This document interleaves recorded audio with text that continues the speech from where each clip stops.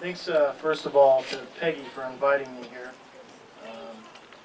First of all, I'm sure a lot of you, I'm preaching to the choir, you all know that the Second Amendment is the most important amendment in the Bill of Rights. Does anybody want to guess why? Liberty teeth. Because the Second Amendment protects every single other amendment. Free speech, freedom of the press, the Fourth Amendment, it protects all of them. Without the Second Amendment, the Constitution is nothing anymore. The UN wants to do away completely with the United States Second Amendment. The statue that resides outside the UN is an image of a gun with its barrel tied in a knot. But just not any gun, not a military gun and not a long gun, a small handgun, a civilian gun. The same type of gun over 2,100 Americans use every day for self-defense. The U.S. Constitution explicitly protects firearms as a right. It was the widespread ownership of firearms by what the UN would label as non-state actors that made American independence and freedom possible. To the UN, the United States Constitution and Declaration of Independence are rarely considered when they propose resolutions that affect the United States. The framers of the U.S. Constitution had a profound understanding of human nature.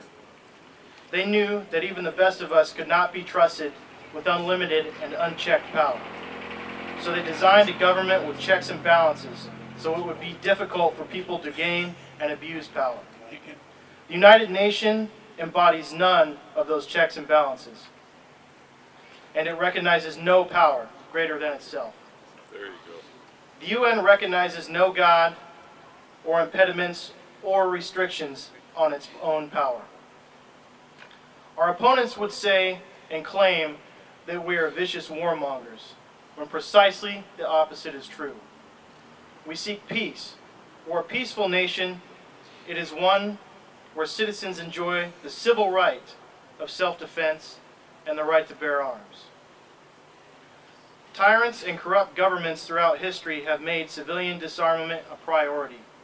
The UN's unambiguous desire to go out into the world and gather up every single last one of our guns offers a compelling illustration of its real desire.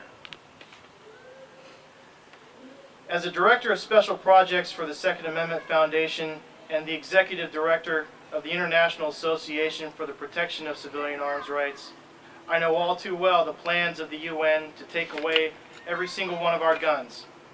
Our 9 member countries in IAPCAR are tired of the oppressive laws that don't allow the citizens the right of our own self-defense.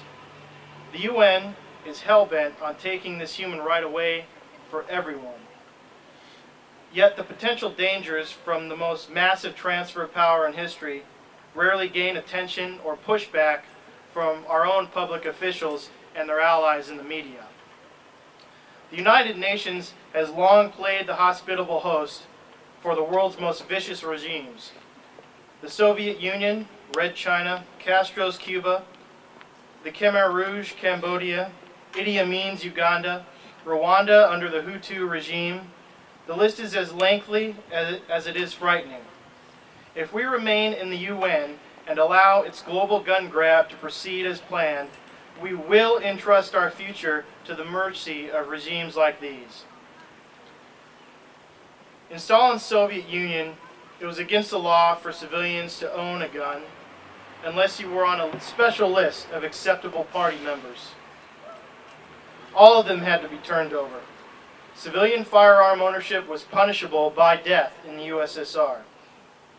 One former Soviet Gulag prisoner opined that if the people had been armed, the death camps and Soviet gulags would have probably never existed, and 20 million lives could have been spared. Nazi Germany faced the same type of gun grab. The Nazi model was offered up in stages. One law after another made registration mandatory, and later civilian ownership of firearms would become a crime. The gun registries, which when needed, served the Nazi regime very well. When they later knew exactly where the people are that they needed to disarm. Jews were disarmed before they were arrested and sent to death camps just before the Holocaust. In every country they took over, they disarmed the population and promised if they cooperated, they would not be harmed. Of course, they would later take advantage of the population in any way they wanted, much like the Soviet regime. China adopted gun control laws that served Mao's regime well, enabling the brutal regime to murder and terrorize the population at will. Experts cite the number of Chinese killed by their own country after the takeover to be in the range of 40 to 60 million. In the case of the Khmer Rouge in Cambodia, their horrific gun grab precluded genocide. Cambodian civilians were forced to give up their guns and were told the Khmer troops would protect them. Of course, after civilians gave up their guns, the Khmer Rouge murdered in upwards of 3 to 8 million people in the killing fields. Some speculate even more, all made possible by that lovely Trojan horse of gun control. Civilian disarmament, it bears repeating, is a necessary prelude to tyranny and mass murder. The facts now bear out that the Brady Control Act had no effect on reducing crime in this country. In fact, gun control proponents usually skip the facts when howling about the danger of guns. States that have the least amount of gun control laws, like Vermont, have the least amount of crime. Criminals are not stupid. If they know the public isn't allowed to be armed or faces strict regulations, who is to stop them? In countries where mass gun control has recently been instituted, like Australia, violent crime and property crime has jumped 15 to 30% overnight. In countries where guns are banned for self-defense, people are stabbed or beaten to death. Rape, assaults, robbery, and murder of defenseless civilians are just collateral damage to the gun control crowd. After all, if you are unarmed, you will need the government even more for protection. Even though, by the time a lot of unarmed people dial 911, a lot of them die or are seriously wounded or injured before help can arrive. So for the statists and socialists, the ends do justify the means, no matter how many people have to die or have their lives completely destroyed. So what can you do? Keep up the fight against the UN. Demand that your elected officials not support any UN-related legislation or bill that infringes on our national sovereignty. Furthermore, demand that unless the UN drops its anti-American, anti-freedom agenda immediately, we must withdraw from the UN and withdraw all monetary support of the UN.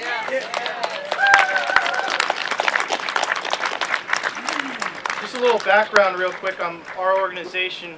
We're the organization that backed the DC versus Heller case.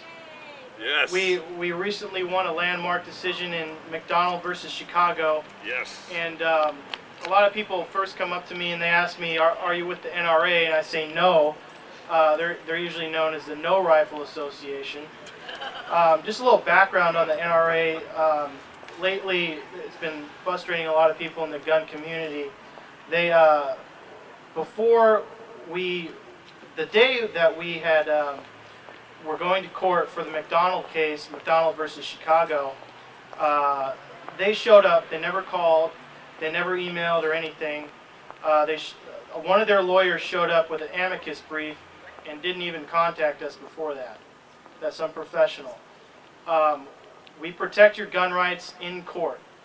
And I'd strongly recommend that you become a member of the Second Amendment Foundation if you're concerned about gun rights. Citizens Committee for the Right to Keep and Bear Arms is our sister organization, the legislative branch of what we do. I highly encourage you to become a member of that as well. Each organization is only $15 a year, and it's very well worth it. Thank you all, and you're about to hear from a guy who has my extreme respect and admiration, Sharam Hadian.